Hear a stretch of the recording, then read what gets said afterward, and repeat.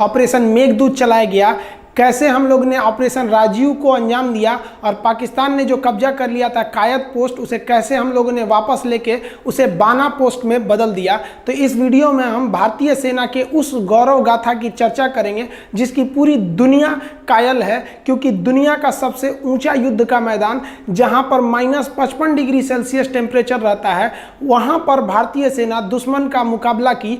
ये बड़ी बात नहीं है कि उन्हें हराया, बड़ी बात यह है कि उन कपड़ों में हराया जिन कपड़ों में यदि आप उन सियाचिन ग्लेशियर पे चले जाएंगे तो आपको ठंड से आपका शरीर जम जाएगा, काला पड़ जाएगा और काट के निकालना पड़ेगा। और वैसे कपड़े जो वहां लड़ने के लिए उपयुक्त नहीं थे, बावजूद अपनी हिम्मत के दम पर कैसे भारतीय सेना ऑपरेशन मेघदूत करके सियाचिन ग्लेशियर को जीत कर लाई। देखिए, आपके मन में आता होगा सियाचिन कितना बड़ा है, तो सियाचिन देखिए बहुत बड़ा एरिया, ये कई पहाड़ों का एक समूह है। ये जितने भी पहाड़ है ना, सब के सब पहाड़ बर्फ से ढके हैं। ये जो सियाचिन ग्लेशियर है ये बहुत ही महत्वपूर्ण है, क्योंकि इधर है आपका पीओके पाक ऑक्युपाइड कश्मीर और ये जो एरिया है ये है अक्साई चीन।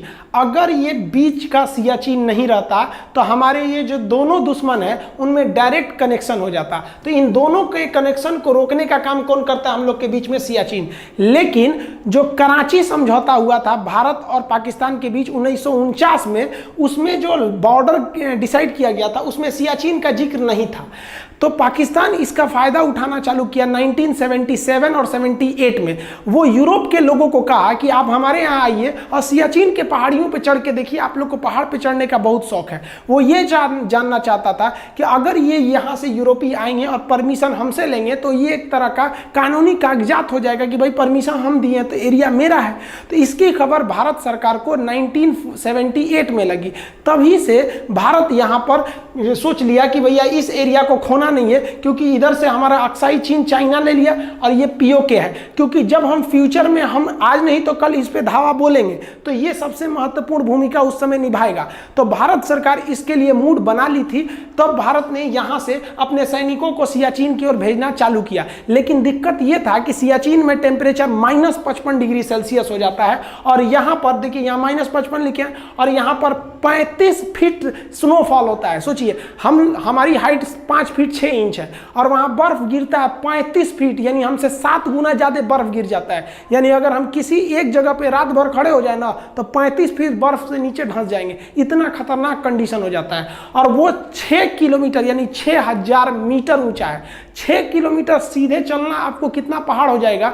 सोचिए, अगर पहाड़ पर ऊंचा 6 किलोमीटर चढ़ना पड़ेगा तो कितना टफ कंडीशन होगा। और वहां पर इस एरिया को, और ये छोटा मोटा एरिया नहीं है, इतना बड़ा एरिया है, 75 किलोमीटर का एरिया है। इतने लंबे एरिया को एक्वायर करना था। यहां दुश्मन से खतरा कम था और प्रकृति से ज्यादा खतरा था। वहां इतना खतरनाक स्थिति हो गया था कि 3 फौजियों को भेजा जाता था तो उनका कमांडर यह कहता था कि तुम में से कोई एक है जो जिंदा बच के नहीं आएगा, क्योंकि वहां एवरेज रेशियो मरने का यही था। वहां ठंड से इतना भयानक स्थिति था कि पल्मोनरी ऑडिमा नामक एक रोग हो जाता था और फेफड़े सूख के उसमें पानी भर जाते थे। इतना ठंड हो जाता था यहाँ सियाचिन में, इतनी भयानक स्थिति हो गई।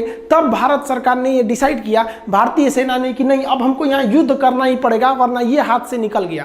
तो इसके लिए हमें क्या चाहिए थे? कपड़े चाहिए थे, क्योंकि ये 1-2 पहाड़ी नहीं था। आप ये देखिए, ये ट्रायंगुलर शेप जो है ना, ये हम सियाचिन बना दिए। इस सियाचिन में यहाँ पर है आपका काराकोरम, ये चाइना से रास्ता दे देता है और ये पीओके है। तो ये एरिया हम यहाँ पे काराकोरम बना दिए। ये पूरा एरिया सियाचिन है। इसका सबसे निचला एरिया NJ 9842 कहलाता है। इसके आगे एक और पहाड़ी पड़ता है जो ग्लेशियर है, उसका नाम है ग्योंगला।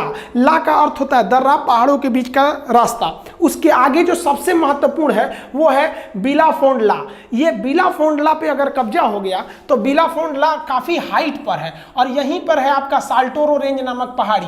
अगर बिलाफोंडला पे कब्जा हो गया और साल्टोरो रेंज पे कब्जा हो गया तो साल्टोरो रेंज यहाँ की सबसे हाइट पर है। इससे हम पूरे सियाचिन पर नजर रख सकते थे।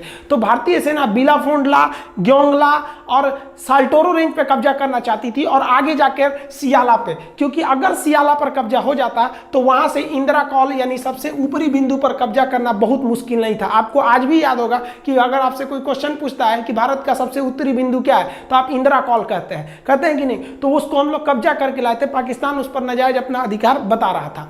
इस पर कब्जा करने के लिए सबसे ज्यादा जरूरी था कि हमको उतने ठंड पर लड़ने के लिए कपड़े चाहिए थे, उतने ऊपर पहाड़ पे चढ़ने के लिए पैराशूट की रस्सियां होती हैं, इक्विपमेंट होते हैं जो भारत में नहीं बनते हैं, यूरोप में बनते हैं, वहां से लाना था। तो भारतीय सेना ने डिसाइड किया कि हमको 1984 में युद्ध करना है गर्मियों के दिन में, लेकिन वहां पर हमको लड़ने के लिए ये इक्विपमेंट चाहिए थे, तो हमें खरीदने के लिए वो इक्विपमेंट यूरोप जाना था।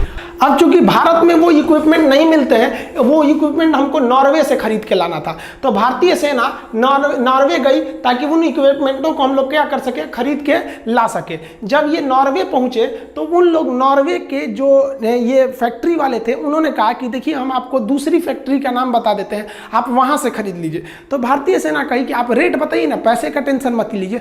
तो कहा कि पैसे का टेंशन नहीं है, हम आपको 2 साल तक ऐसे कपड़े और ये तरह के इक्विपमेंट नहीं दे सकते हैं, क्योंकि हमारे पास ऑलरेडी इतना ना ऑर्डर आ चुका है कि हम उसी को पूरा नहीं कर पाएंगे और हमको हर हाल में इसी साल उस ऑर्डर को पूरा करना है।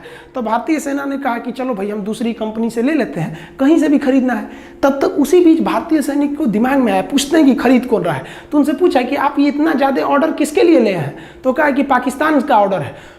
भारतीय सेना एकदम शक रह गई कि बाप रे बाप, हम अभी मोलाई करने आए हैं, उसे जरा ऑर्डर देके बैठल है, हम लोग से तो आगे निकला है, और यहाँ जो पहले पहुंचेगा जीत उसी की होगी, क्योंकि इतना हाइट पर ये एक एरिया है कि अगर एक तो कपड़े उनके पास है, आप कपड़े हो जाने की वजह से उनके ऊपर सबसे बड़ा खतरा जो प्रकृति का था वो तो टल जाता। अब क्या होता, अब भारतीय सेना के पास कपड़े ही नहीं थे, अब वो वहां चढ़ जाते। सियाचिन में स्नोफॉल की वजह से देखिए ये हालात हो जाते हैं, फौजी जो होते हैं ना आधा धंस जाते हैं, सब इतना इतना धंस के वहां ड्यूटी करते हैं बर्फ के बीच में।